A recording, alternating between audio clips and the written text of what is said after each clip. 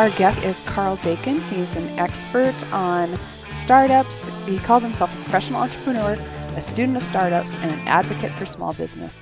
I'm trying to change people's perspectives on where the money's at. In fact, I'm even pounding on the issue. We're not focused just on money anymore. We're focused on what you would buy with the money, because that changes your thinking. And then who has those capital assets you need to start and grow your business, that changes your thinking again.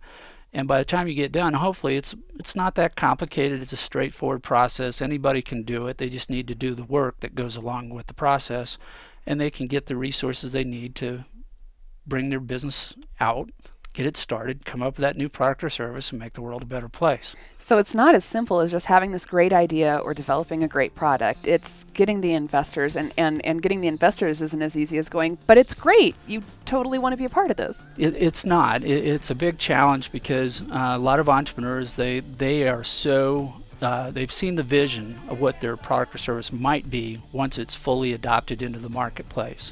But that's a good ways down the road. That's not what they're working with today. And what they have today might actually look pretty ugly compared to what it might grow into be someday. And yet they're trying to convince somebody that they should share resources with them in order to bring this thing forward when it's still ugly. So it's a challenge.